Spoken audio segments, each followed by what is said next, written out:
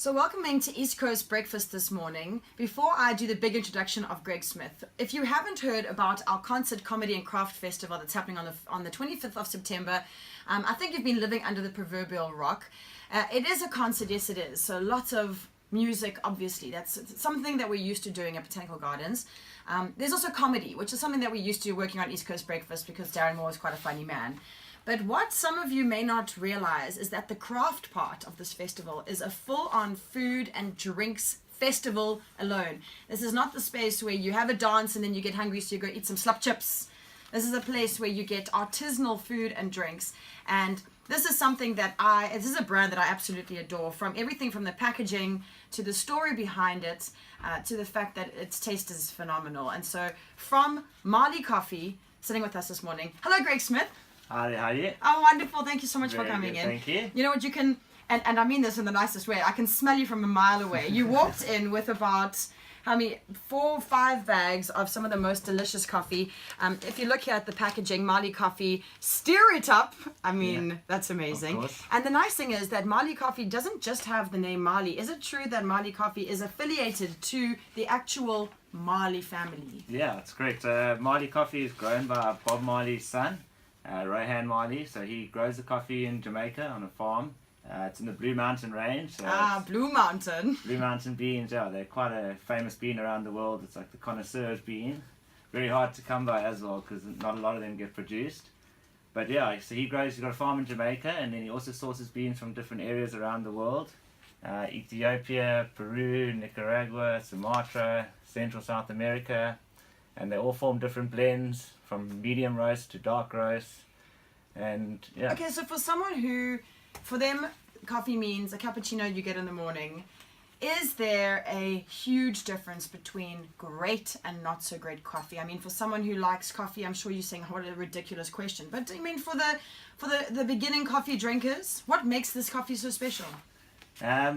Well, fairly the name has got it, that's attached to it, but then also slowly over the years, people are beginning to appreciate good coffee. So it's gone are the days of Frisco and red coffee with put your cremora in and stuff like that. Yeah. It's now people are looking for the bean that they enjoy drinking, that gives the flavors and the taste that they are looking for out of a coffee. And on the market nowadays, there's so many different varieties, and it's nice. Coffee's like wine. You can get one bottle of wine that's really good, and a couple of years later, the same bottle of wine won't be as good.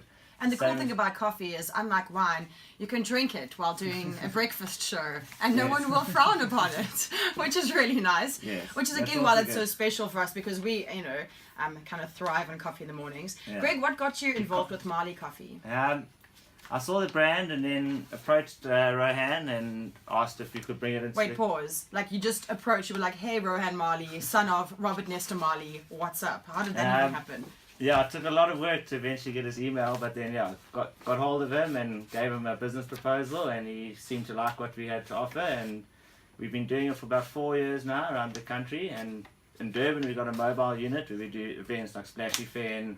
We do a lot of MP Productions events, mountain biking, stuff like that.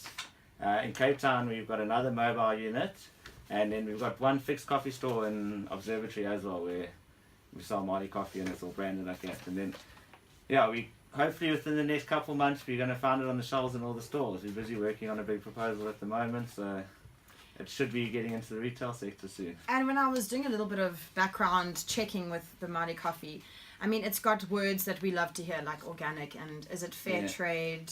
Yeah, the whole thing with Rohan and the Rastafari principles and stuff like that is to look after the earth and to give back and not to destroy what the earth can give us. So they're involved in a lot of projects with water-wise things. So after the coffee's been washed and the beans are extracted and stuff, the byproduct of the water would usually just get pumped out. But now they're putting it through systems to refilter it, to bring it back to drinking water for the people in the villages where it's grown. Wow. They're involved in all the farms that they source their beans from. They're teaching organic practices to the farmers.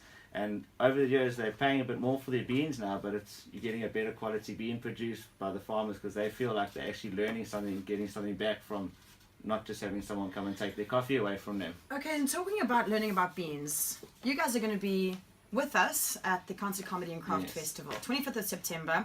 So I'm coming and I want to buy a coffee, and I'm looking at these coffees here. We've got a dark roast, an espresso roast, and then a medium roast. Yeah. I heard once that depending on how dark the roast is, actually means that there's less caffeine.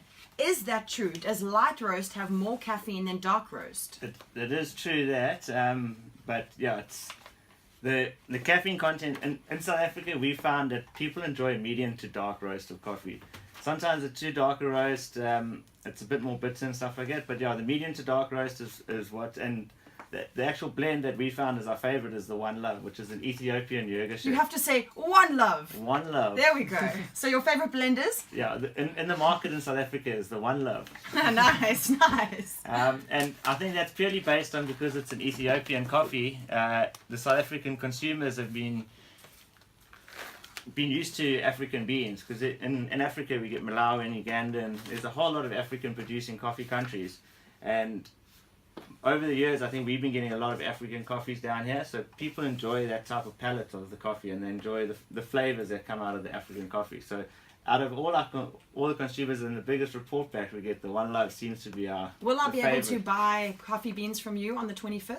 Yeah, there will be beans like that in little bags for sale. Nice. And you know what else is so cool? And I don't know, maybe I'm the only person, I'm like a little bit also under a rock here when it comes to coffee, but you said to me, see that little hole in the back? That's how you can do the sniff test. Yeah. And if you've ever bought coffee beans, you might notice there's a little disc in the back of the packet with a hole in it. And you just have to squeeze it and you can smell it. And it's amazing. So is that how you know? Is that how you tell what kind of coffee it's going to be? Once coffee's been roasted, it gives off oxygen. So they put those it's a one-way valve there, so the air can only come out, so it can't go back in. So instead of the bags expanding and popping, it releases out of that little hole. So it gives off oxygen once it's been roasted. It's brilliant, man. This is just amazing. So, I bought those bags for you all to try here in the studio, so you can keep them, test them out, take them home. Oh no, Hide them in please, your no, bag, don't. Yeah, hide so them in the they never bag. came in. So what Greg just said is he didn't buy any coffee to leave here with the team at all, okay? Greg, we're so looking forward to having you at the Concert Comedy and Craft Festival. Thank you so much for not just bringing us a product that is delicious, but also something that is sustainable and, you know, looking after future generations. And I know that sounds very hippie, but I think we're in this world now where everyone wants everything now. And to have Consumer-nation. Exactly, and to have an entire brand that's really trying to look after what happens next. We're very proud to have you on board and to be associated with this. No, it's going to be a fun day out. And thank you for the coffee. I'm excited to taste. Pleasure.